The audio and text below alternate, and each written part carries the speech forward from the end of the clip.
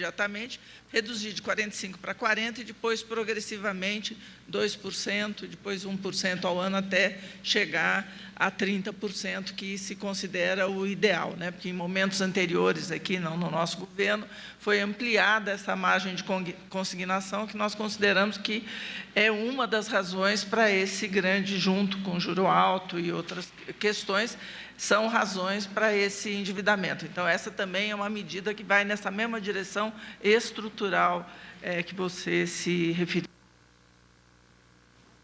Bom, camarote, sobre a questão aí dos recursos que você falou, né? É importante lembrar que esses recursos eles não estão sendo usados na quitação da dívida. Eles estão viabilizando um processo de renegociação na prática para que a família possa trocar uma dívida mais cara por uma mais barata.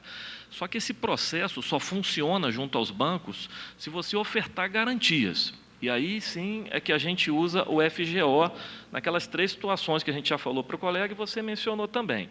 2 bilhões já estão no FGO, são fruto de aportes anteriores que o governo fez lá no FGO, eles não estão comprometidos com garantias atualmente. Portanto, eles estão livres e podem ser usados nos programas que nós temos lá. O impacto fiscal já foi dado no aporte em momentos anteriores. O valor de até 8 bi é que são os recursos do sistema financeiro. Você perguntou como se prevê isso. A própria medida provisória trará essa possibilidade. O Dario bem lembrou que o Senado propôs, para fazer a compensação da desoneração da folha, naquela ocasião, que usássemos esse recurso. E aí há toda uma discussão e aprovou uma lei para isso. E nós nunca fizemos, porque, inclusive, há toda uma discussão que são recursos privados, então, entrando para a conta única, entrando para o Tesouro, não afetariam o resultado primário por se tratar de discurso primário, seria um ajuste patrimonial, digamos assim. É nesse sentido que a lei aqui autorizaria as instituições financeiras a fazerem um aporte para um fundo que não é público, que não está dentro do orçamento, portanto, se trata de um recurso privado para poder alavancar essa renegociação de dívida usando esses recursos como garantia, não, repito, como o funding para emprestar com taxas mais baixas às famílias, mas apenas para fazer as garantias. E, por fim, o valor de até 5 bilhões é o processo normal, assim como foram feitos aportes anteriores, você pode fazer aporte até 5 bi, é isso que a MP está autorizando, dentro das regras vigentes, você vai precisar prever no orçamento esses valores, integralizar no fundo normalmente, com o devido impacto. Agora, a MP está fazendo a autorização do aporte, ainda não é o orçamento propriamente transferindo os recursos para o fundo garantidor. Então, são 3 processos, digamos assim, que nos dão instrumentos para que as garantias possam ser usadas nesse processo de troca de dívida. Em síntese, a gente começa com o saldo que tem no FGO, cujo impacto já foi contabilizado quando foi feito o aporte. A gente usa esses recursos que estão parados nos bancos e os 5 bilhões terão impacto se for necessário. Se o programa avançar até a necessidade de ter isso, nós vamos lançar a mão, a MP autorizaria, e aí sim a gente lançaria a mão, faria o aporte, e com isso faria o equilíbrio necessário no orçamento para poder respeitar as regras do arcabouço fiscal. Uma pergunta? Bom dia, Matheus Maia, da Broadcast. Eu tenho algumas perguntinhas aqui para vocês. A primeira, para o ministro Dario e para o ministro Bruno, como que, na prática, vocês pretendem evitar que tenham um desenrola 3, um desenrola 4? Haverá uma linha de crédito do governo com juros menores? Ou como que ficou a negociação com os bancos para aumentar a competitividade e derrubar aí esse crédito que está caro, como a gente está acompanhando? A segunda pergunta, ainda sobre o impacto, possível impacto fiscal, eu já entendi que ainda não há impacto fiscal, mas caso vocês decidam fazer o aporte de até 5 bilhões, ele vai precisar ser compensado por uma outra receita ou essa autorização basta? Se sim, já sabem de onde vai vir esses 5 bilhões? Qual vai ser a fonte de receita? Caminhando para o final, vocês sabem quantos % do endividamento das pessoas foram causados diretamente pelas bets ou pelos jogos online?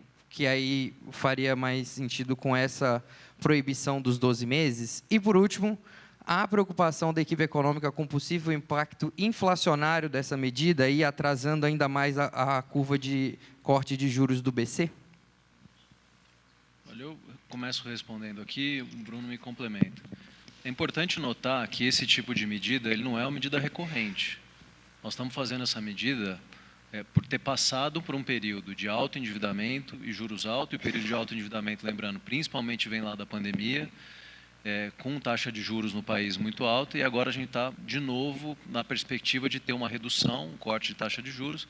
É importante que não só a taxa oficial do país caia, mas a taxa aplicada às pessoas caia também. Então, aqui não há nenhuma outra perspectiva de novo programa. Isso é feito de maneira pontual para, como eu disse ao camarote, dar um primeiro passo numa reestruturação de dívidas do país. Não há nenhuma linha com funding público aqui, só para não gerar confusão. O único instrumento que está sendo colocado aqui é desconto por parte dos bancos de quem pede. Os bancos têm contrapartidas, as pessoas que pedem adesão têm contrapartida, os próprios bancos usam funding para uma nova operação, com juros limitados a 1,99, com a garantia do FGO. Esse é o modelo, não tem outro modelo aqui, só para a gente não confundir. E é muito importante lembrar, na linha do que o Bruno já disse, a mobilização de recursos que estão não resgatados no sistema financeiro nacional, indo para o FGO, foi uma mera comodidade, porque o FGO já faz esse tipo de garantia.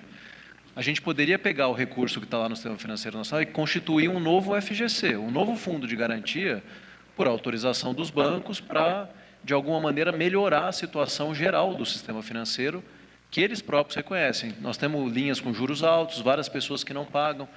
Então, como o FGO já cumpre hoje, já opera, já tem integração interbancária, para que os bancos utilizem como garantia, é mais simples, é mais eficiente fazer o aporte dos bancos para o FGO. De novo, não tem poder público envolvido aqui, só a inteligência e a necessidade de uma lei autorizativa para isso. Bom, sobre as demais questões, só reforçando, de novo, né, como disse o Dario, o modelo é de uso dos recursos dos bancos mediante as garantias via FGO. A taxa vai estar, na pactuação que o Ministério da Fazenda coordenou, limitada a 1,99 mês. Então, mas com recurso dos bancos. Com as garantias, se formos aportar, veja bem, um aporte num fundo garantidor, diferente, por exemplo, de uma renúncia tributária, é uma despesa discricionária. A condição fiscal para fazê-lo é que você cumpra a meta fiscal, que você cumpra a meta de resultado primário. Então, isso é condição que está na Lei de Diretrizes Orçamentárias. Nós faremos dentro dessas condições, se for necessário, cumprindo as regras fiscais. Como disse a Miriam, nós vamos examinar o andamento do programa com as outras duas fontes, digamos assim, e, se necessário, vamos fazer o aporte dentro das regras. E não há necessidade de fazer uma compensação. Há necessidade, sim, de demonstrar o cumprimento da meta de resultado primário, nós o faremos. Só sobre o impacto inflacionário, nós não vemos assim. Na verdade, a gente vem de um patamar elevado de endividamento das famílias já desde a pandemia. É um problema real, nós estamos olhando as taxas do cartão de crédito, do CDC, do cheque especial, são taxas muito altas. Então, na verdade, é um processo de reestruturação de dívida. Ela não é a visão aqui não é um estímulo ao consumo, não é um estímulo à demanda. É apenas um processo de reestruturação da dívida das famílias. Então, não achamos que terá impacto inflacionário. Próxima pergunta. Geralda Doca, do jornal O Globo. Espera aí. Desculpa, ela errou a ordem. Aqui do outro lado, no fundo. Ivan Martins Vargas, da Exame. Bom dia. Eu queria saber quais são as condições de descontos e taxas para o Desenrola Rural, que eu pedi. E também entender, os senhores falaram que no âmbito do Desenrola está previsto 1% do FGO para ações de educação financeira. Eu queria saber exatamente que ações, quando elas começam. Eu vou até pedir aqui os detalhes da linha do Desenrola Rural para a gente dividir, que é um tema do MDA, e o MDA não pôde estar presente aqui. A segunda pergunta, desculpa? A educação financeira. Educação financeira, quando a gente fez o primeiro Desenrola, a gente preparou uma série de materiais com as instituições financeiras, com a academia, para divulgar nesse primeiro momento. Agora a gente entende que precisa fortalecer aquilo que foi feito lá atrás. Então, vai passar a ter essa mobilização de recursos, não é algo que está dado, e a gente deve fazer isso com a Senacom, com os PROCONs, com as instituições financeiras e com foco no digital, aqui para que as pessoas acessem, da mesma forma que ela vai acessar para contratar uma operação, ela vai acessar para ter os cuidados ali com inteligência artificial, calculadora, dicas concretas para que ela não tome juros altos e não volte a se endividar. Então, a gente vai trabalhar ainda com uma série de questões assim que esse recurso for disponibilizado pelos bancos. E aqui eu acho que vale ressaltar, eu falei de PROCONs e Senacom, o Ministério da Justiça acompanhou esse desenho conosco, e é muito importante alertar aqui e pedir a vocês, quando forem publicar as matérias, para que se evite as fraudes e os golpes. Aqui a comunicação deve ser feita diretamente com o seu banco, diretamente com a instituição financeira que tem o crédito, né, que tem a dívida contigo, para que isso não gere distorções. Os PROCONs e a Senacom vão acompanhar também do ponto de vista de golpes, a aplicação do Código de Defesa do Consumidor a esse caso. Próxima pergunta. Geralda Doca, do jornal O Globo. Vocês falaram de mudanças no consignado para os aposentados e para os servidores públicos. Eu gostaria de saber o que vem para o consignado do trabalhador seletista, que falta ainda várias coisas para serem regulamentadas, como o uso do FGTS como garantia. E a outra pergunta é em relação à classe média. O programa vai beneficiar pessoas com renda de até 5 salários mínimos. E como é que fica quem ganha um pouco mais, 8 salários mínimos, 10 salários mínimos? Fica a critério do banco? O banco poderá incluir essas pessoas no programa? Deixa eu só anotar aqui.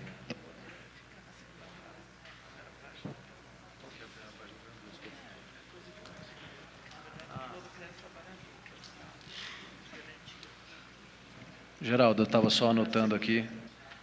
Começar com a primeira pergunta do consignado, do trabalhador. Quando a gente considera esse pouco mais de ano, né, do novo consignado do trabalhador, ele é um programa que tem um sucesso bem importante. O presidente Lula lançou o consignado privado para o trabalhador da iniciativa privada no seu primeiro mandato, no fim de 2003. Salvo engano, de 2003 até 2025, foi um programa que ofereceu 40 bi de crédito para os trabalhadores do setor privado. Nesse pouco mais de um ano, nós já passamos de metade disso. Então, é um programa que tem avançado e que a gente busca, evidentemente, a todo momento melhorar o programa. Porque o entendimento do governo é que o consignado do trabalhador, quando você dá a inteligência de qual é o histórico empregatício daquele trabalhador, qual o nível de remuneração, se ele teve comprometimento com dívida no passado, você permite que os bancos ofereçam um crédito a um juros mais baixo. Por isso a necessidade de acompanhar essas integrações de inteligência, né, que oferecem as informações para os bancos, de modo a ter uma taxa de juros mais civilizada, vamos dizer o seguinte. Então, assim, a gente sempre acompanha evoluções desse programa. Assim que a gente tiver novidades prontas e a gente tem trabalhado, a gente vai anunciar para vocês. O segundo ponto é o limite dos 5 salários mínimos aqui para ser beneficiário do novo Desenrola. Nós estamos falando da grande maioria da população. Então, 5 salários mínimos hoje dá mais de R$8.000 por mês por pessoa, para aquele CPF, né? 8.200, que é mais de 90% da população brasileira. Então, nós estamos falando aqui da classe média, em grande medida, né? E, claro, e aí só para te dar a resposta técnica aqui, por que não inclui mais gente? Porque você vai incluir pouca gente a mais com dívidas muito grandes. Então, você vai usar, eventualmente, um recurso de um fundo garantidor para diminuir os juros de uma dívida de poucas pessoas que têm dívidas maiores. Ao fazer esse recorte, eu otimizo o recurso que está sendo mobilizado para isso, garanto uma taxa de juros menor, busco eficiência do programa e atendo mais de 90% da população brasileira. Me parece muito razoável esse recorte. Próxima pergunta. Tabeck, da Bloomberg. Minha pergunta para o ministro Durigan. Eu queria insistir um pouco na questão da harmonização entre política monetária e política fiscal, porque qual é a garantia de que, por exemplo, as pessoas que são beneficiadas pela renegociação não vão consumir e isso, de alguma forma, não vai manter a economia aquecida quando o Banco Central está tentando desaquecer a economia para poder reduzir juros, se isso não provoca uma desancoragem maior das expectativas de inflação?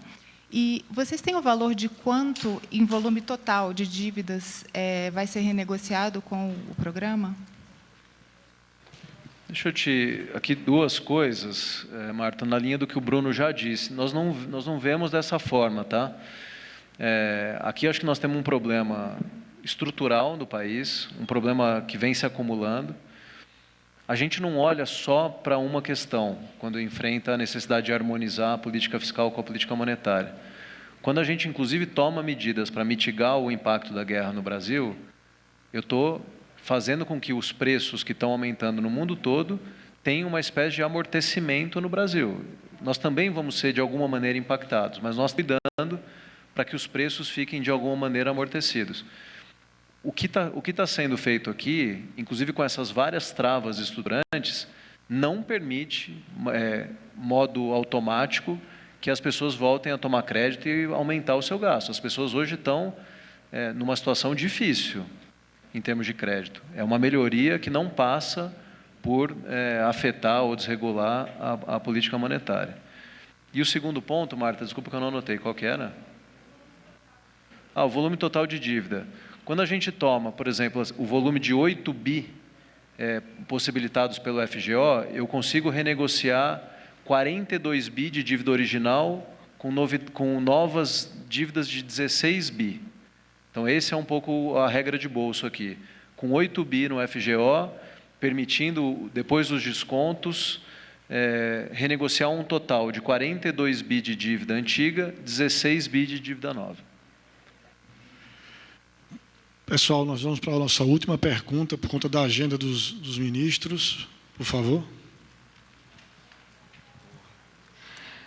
Bom dia, ministros. Jéssica Santana, do Valor Econômico. São apenas algumas dúvidas pontuais. O consignado do INSS, o TCU determinou a suspensão na semana passada. Com as medidas que foram anunciadas hoje, de alguma maneira, elas já ajudam a reverter, porque o consignado do INSS é o crédito mais barato do mercado, então eu gostaria de entender o quanto que isso pode contribuir para essa reversão. Uma segunda pergunta é: quantos bancos já sinalizaram que vão aderir ao programa e também puderem explicar esse passo a passo?